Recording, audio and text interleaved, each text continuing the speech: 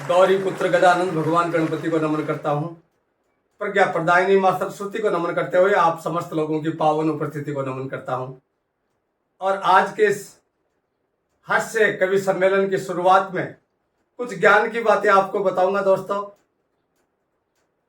गुनगुने पानी में थोड़ा सा नमक डालकर गरारे करने से, गुनगुने पानी में थोड़ा सा नमक डालकर गरारे करने से आपको अपने ही घर की छत में लगे मकड़ी के जाले नजर आ जाएंगे। ये बात इसलिए बतानी जरूरी हो गई है कि इस मोबाइल के युग में किसे फुर्सत है ऊपर की तरफ देखने की। पूरी दुनिया यूं तो उलझी पड़ी है।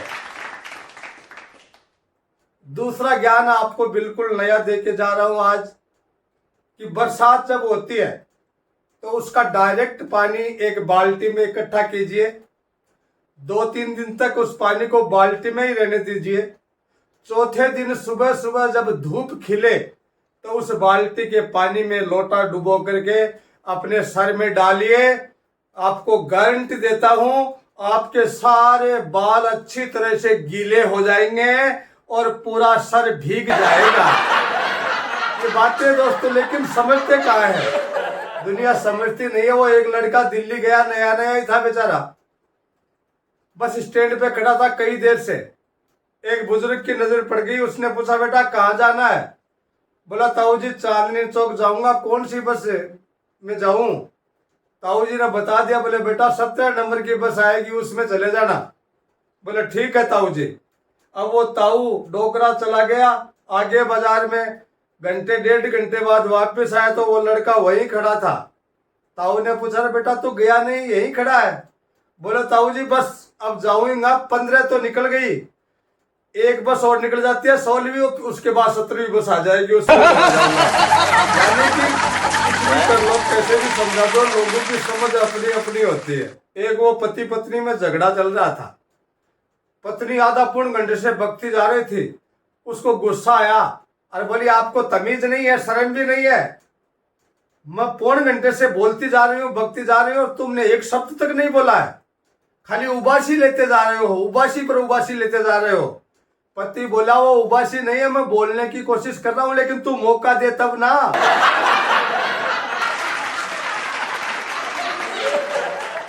दोस्तों ये जो कुकर बनाने वाली कंपनियां है ना, उनको भी बहुत बड़ी समस्या आने वाली है। भारतीय महिलाओं ने शिकायत दर्ज कराई है कि ये जो कुकर में सीटियां बजती है ना, इन सीटियों के साथ साथ में कुकर को नंबर भी बोलना पड़ेगा। पहली सीटी बजे तब एक दूसरे, क्योंकि फेसबुक इंस्टा और व्हाट्सएप में घुसी हुई औरतों को पता ही नहीं लगता कि कितनी सीटी बज गई। कंपनी वालों को भी ध्यान देना पड़ेगा।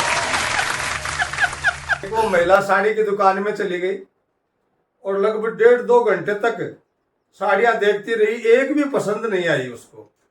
तो दुकान के मालिक ने कहा बहन जी माफ करना, आज मैं आपके सामने फेल हो गया, पिछले 1.5 घंटे से मैं आपको एक भी साड़ी पसंद नहीं करवा पाया, इसलिए मैं आज मेरी परीक्षा में फेल हो गया।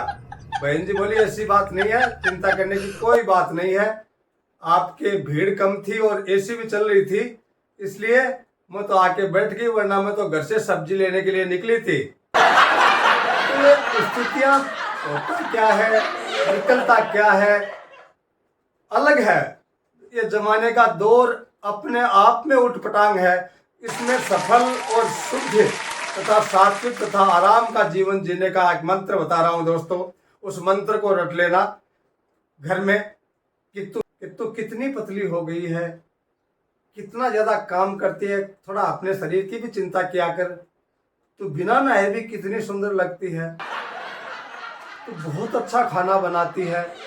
इस मंत्र का दिन में 3 से 5 बार जाप करते रहने से आपके घर में बिल्कुल सुख और शांति बनी रहेगी।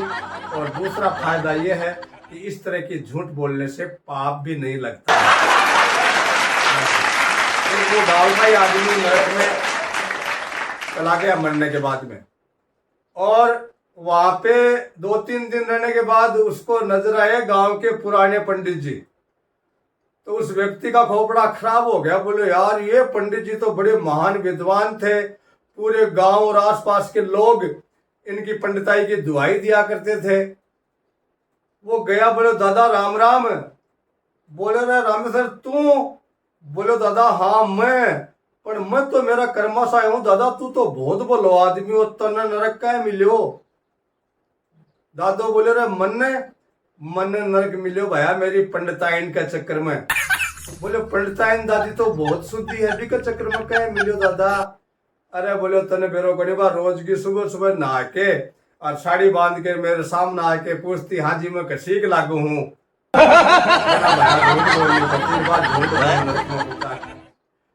तो आनंद है, मजे लेते रहे, हंसते रहे, हंसाते रहे। बस एक निवेदन है दोस्तों, इस चैनल को सब्सक्राइब करते हुए शेयर करते रहे और कमेंट करके बताते रहें। अगर कोई सुधार करना हो तो उसमें जरूर करेंगे, लेकिन मनोरंजन से आपको मरहूम नहीं करेंगे। बहुत बहुत धन्यवाद।